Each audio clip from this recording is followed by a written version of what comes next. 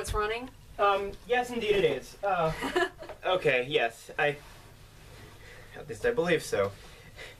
This is actually the first video I've ever shot that didn't have me holding the camera.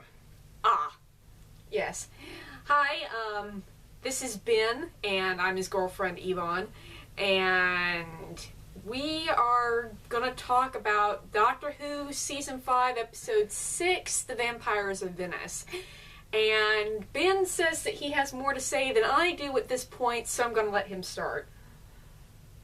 Well, I would have to say that, well, basically the Sisters of the Water, and their brothers, if you will, sons, what have you, cousins. Nice gender-specific name there. Yeah. They have to be, you know, I think that in some ways, though the episode doesn't go into it, they have to be more or less like us. You know, like, if the two of us were going to be, like, landing on some random planet, we basically would be not have any clue how to build things, and we would have to be using somebody else's city. And I mean, it's just so crazy how obsessed they are with like, only being able to use buildings that are already there. It's like they don't know how to build anything, which probably makes sense given the fact that they're on Earth. They don't know how to use any of the building materials they have, but it's still, I think it's just that they've forgotten because there's only like a small family of them. But again, these are all issues that, for some reason, I came up with, and to explain things that I think other people would just call flat-out plot holes. Yeah, well, what actually really doesn't make sense when you stop and think about it is that they have some ideas to how to build things because to at least resemble Earth stuff, because the throne that has the controls for the weather manipulator, that's, you know, that looks like something from 1580. You know, it's on the outer shell. You know, that's not established to be a perception filter. That's just how it's built to look. And then the finial that turns out on the tower that turns out to be the main control system, the thing that the Doctor climbs to the top of the tower and fiddles with so it stops making with this really simple on-off switch, which I think is kind of, you know, which actually makes sense because of the fact that, you know, they would have that sort of, you know, fail-safe, but... Well, yeah, but you would think that that would be in the throne, you know, that would be built into the throne. Oh, well, in case the throne doesn't work. Yeah. Again, these things are things that have pretty easy explanations, but I imagine some other fans are just going, what? And now I'm kind of like, yes, I know. Well, you know, I mean, the thing is, you know, yeah. Yeah, well, I think the thing is that, I think the reason why it was so simple for the Doctor to turn the machine off was just because the show is only so long, and the writers just made that easy, because if they lengthened that, then they would have had to cut something else out. So I think time was really the reason why it was so easy for him to turn the stupid thing off. I mean, there are stupider things that happen on Doctor Who. Some stupider resolutions. The end of Maudwin Undead is incredibly stupid compared to the Vampires of Venice. And I know absolutely nothing about Maudwin Undead, so don't spoil that for me. But I'm not going to, but you Whovians out there who are familiar with the classic series, you know what I'm talking about. It's bullshit. But anyway, so this was much easier for me to swallow. And it's a great episode. I mean, it has a lot of good Rory stuff. Yes, a lot of good Rory stuff. This is when we first really get to see... This is only the second time that we get to see Rory. And, Ben, what did you think about the Amy and Rory stuff here? Well, I felt like I could really feel for Rory, which is good, having a character who I can feel for, you know. Granted, you know, some people might say that... It's funny, I can preempt everybody's criticism here. Some people might say that, you know, feeling for Rory is not good because of the fact that, you know, the Doctor and Amy are dragging him through so much, but at the same time I kind of like that, you know, that you have someone who you can feel for in these situations, you know. I kind of like it that everything seems to happen to Rory, you know, and that he's sort of, like, thrown into the middle of all this, you know. Yeah, he's pretty much stepped on by the universe from the beginning, from the very first time we see him in the 11th hour when his boss is chewing him out for saying that the coma victims are up and walking around, and he basically gets suspended all the way through the Angels Take Manhattan when, you know, he ends up being, you know, they go through all of this crap in order to try and avoid him getting sucked back in time, and hey presto, he well, I don't want to blow anything for a long time. And plus, it can. The thing is that this sort of thing can be funny. I mean, like, I like the Doctor appearing to Rory, you know, and all that. Oh, yeah, the thing with the wedding cake, that's pretty freaking priceless. I mean, it's, you know, 5 is just, you know, not 5, 11 is just so bonkers here. I mean, he's just a really bonkers incarnation of the Doctor. And, you know, and Rory is basically the straight man to the other two. You know, he's the Abbott to the other two's Costellos, basically. Yeah. And I think he has a really good point about how people want to impress the Doctor, that they don't want to let him down. I think there is a sort of feeling that the Doctor is kind of, you know, like a favorite professor that you might have had in college or something like that, where you kind of, feel like you have to be impressing this person all the time. You know, you look up and admire to them. It's kind of a hero worship thing. But that's a very new series kind of concept. I think in the classic series, it was more along the lines of just friendship with the Doctor and the opportunity to, you know, to venture out into the stars, and not necessarily this looking up. Yeah, this obsession with trying to impress him or anything like that. I think that's definitely a new series thing. Something that's gotten on my nerves from time to time, this whole idea of the Doctor being almost worshipped by his companions. That got to be a little annoying, but you don't really see it here in the Vampire. Yeah, and to be fair, I don't think Amy, well, thing is, Amy seems to have kind of a complicated relationship where she's worshipping the Doctor at one moment and then having the Doctor get on her nerves the next moment. You know, it's it's kind of weird, the fact that Amy goes back and forth so much. I mean, basically, you know, she is someone who basically worships the Doctor, I mean, when he's not around. Yeah, well... Which is the...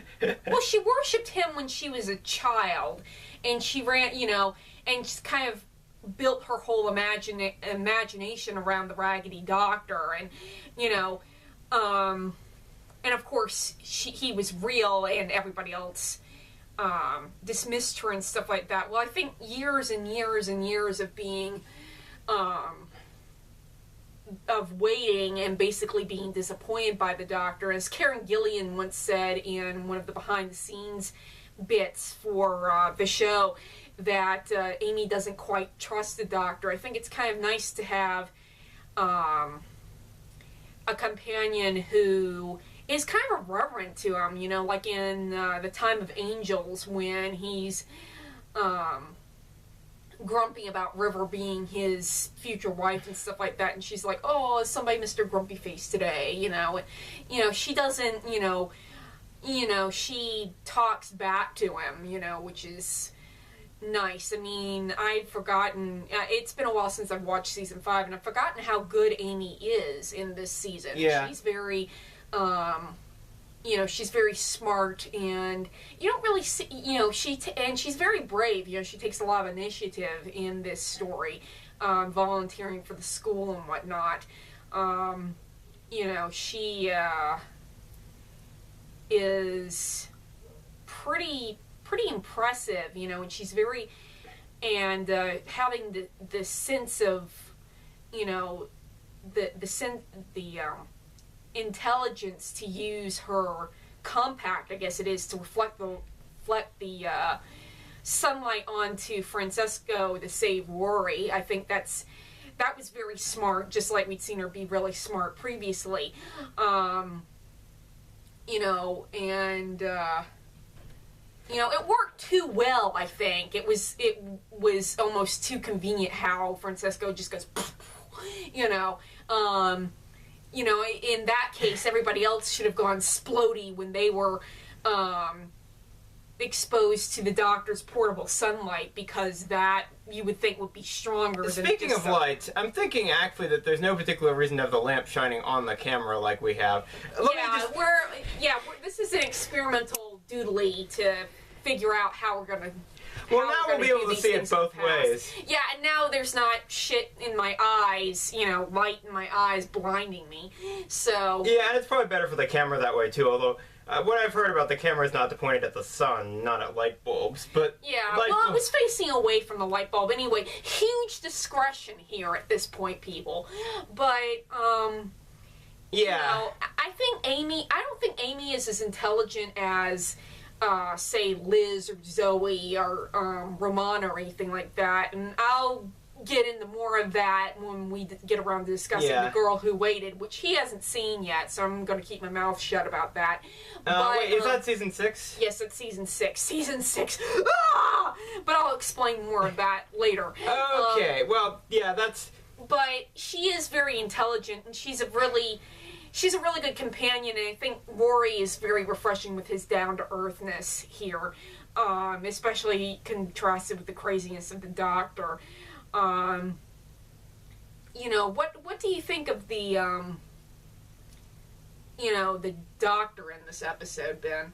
Well, the big thing with the Doctor is him coming out of that cake and being, the thing is with 11 is that I've never been entirely sure whether he acts awkward on purpose just to see how people will react, or whether he actually doesn't know what he's doing in cases like that. Because I think, and actually is sort of bluffing it by trying to make it funny. Mm-hmm. Because there's a very fine line between those two things, and I'm not entirely sure which the Doctor is doing. It's kind of like, and of course I don't know that anyone is supposed to know, 11 is just, because I feel like 11 could be doing either at any particular moment. Yeah, I'm sure Matt Smith has explained this in an interview at some point that we've managed to miss, but... yeah, but as I say, I kind of like it, the fact that we don't know, because it's like, he's...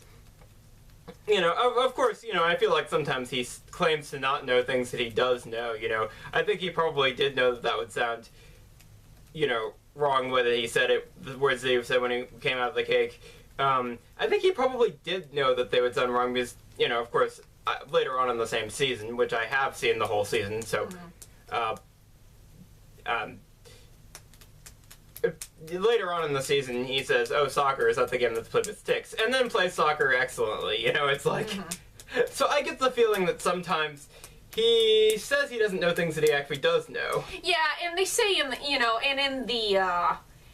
BBC books, there was talk of him always wanting people to underestimate him. So I think that's kind of part of it. But I think it's also just that there's so much going on in that brain of his. And I don't remember Matt Smith saying something along the lines of, there's always something cooking up there. And, his brain's moving faster than he can talk. So, and, he's... impressive as always in this story, and I think it's, it's definitely established as transcendental pockets in this story because of the portable sunlight flashlight. So he must have tailored his clothes to be, once he must have modeled, some clothes off of replicated some clothes off of what he stole from the hospital in the 11th hour and reconfigured it, or reconfigured that outfit somehow to have transcendental pockets, just like his previous outfit.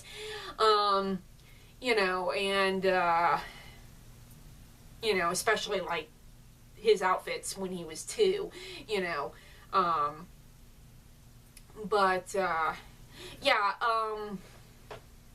what do you think of the ending? And one of the things that really caught me about the ending was that, you constantly see Rosanna struggling with or Rosella, or whatever the hell the lead sister of the water is called, Rosanna, I think. She's constantly putzing with her perception filter once Amy kicks it and damages it. And when the perception filter fails, you just see her naked as her fish self. But in the final scene with her, she's stripping off all of the garments, and Francisco also takes off his cape and his hat and whatnot. I'm thinking, how the hell does that work? Because, that's supposed to be holographic stuff, so why is she taking that off when she could just putz with the thing?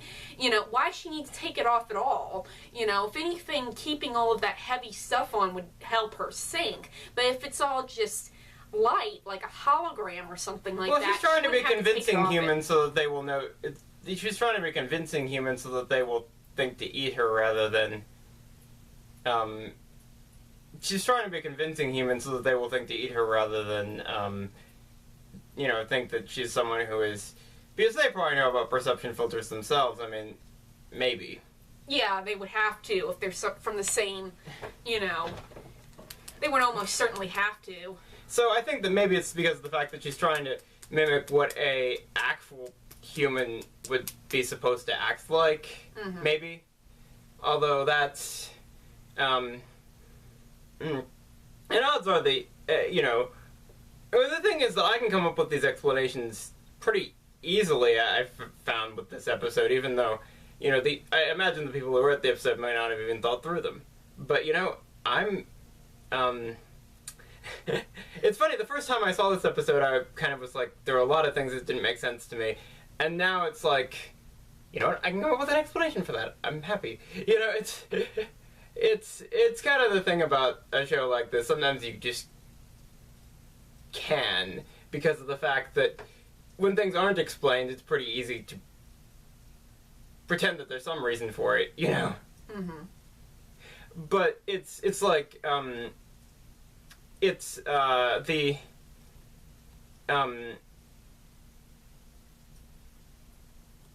when, what was I gonna say? Well, I think that now about him taking off his hat and cape, that's another thing. It could very well be that he is also wearing the hat and cape as the fish thingy, which would make neat fan art if anybody's listening. I'd like to see that as fan art. I think it's. It's also just being dramatic too, because he's a very dramatic character, and then there's the whole stuff with him. Laying in his mom's lap and during that one scene. I mean, that one scene is really weird. I mean, you start out with Rosanna on her knees drinking from this goblet, that I think Carlo's holding or something like that. Well, she's drinking it and then she gives it back to Carlo or something, and then Francesco comes down the stairs and they're talking, and he sits in her, he puts his head in her lap or something like that, and I was just like, that's a little edible, what was going on with that? There was a very, why was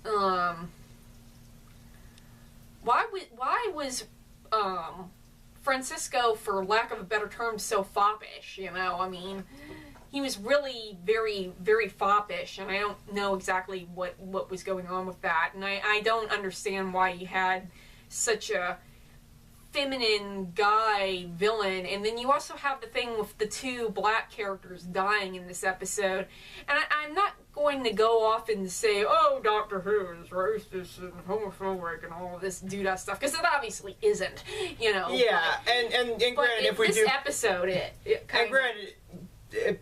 And granted, I have a feeling that a few of you out there will argue with both of those points, but we will try, possibly, to contradict those later. Maybe. Yeah. Well, one of my, so your favorite moment from this story, Ben? That's a good question. I think my favorite moment would have to be the Doctor coming out of the cake. Yeah, that's a great moment. Yeah. I think one of my favorite parts is the gondolier wearing Rory's stag shirt. That's just, there's just something so ludicrous about that. Just those shirts are just so ridiculous in the first place. They were just so awkward. And it's kind of speaks of Rory's kind of dorkishness. You know, he's a little dorky, but in a different way than Doctor is dorky. You know, he's very, like in the next episode, you know, his idea of being cool is growing that little bit of a Q or something like that.